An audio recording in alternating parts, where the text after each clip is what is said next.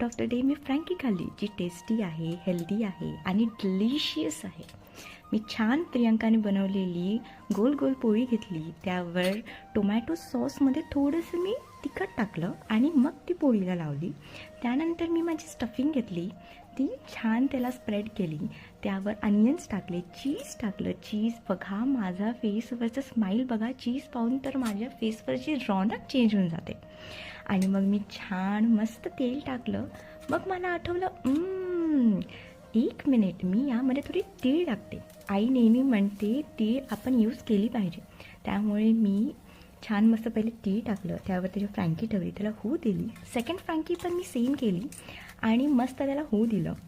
उरलेला मी जो पण पसारा होता तो लगेच आवरून घेतला, कारण की मग नंतर खूप प्रॉब्लेम होतो उचलायला. इतकी छान, इतकी टेस्टी. मी जेव्हा प्रियंकाला दिली, Priyanka was so happy and she was asking me recipe again and again. And I said it is healthy, it is tasty. तू नेहमी बनव आणि you will feel healthy within. तुम्ही पण ट्राय करा. नेक्स्ट टाईम भेटूया. Okay, bye.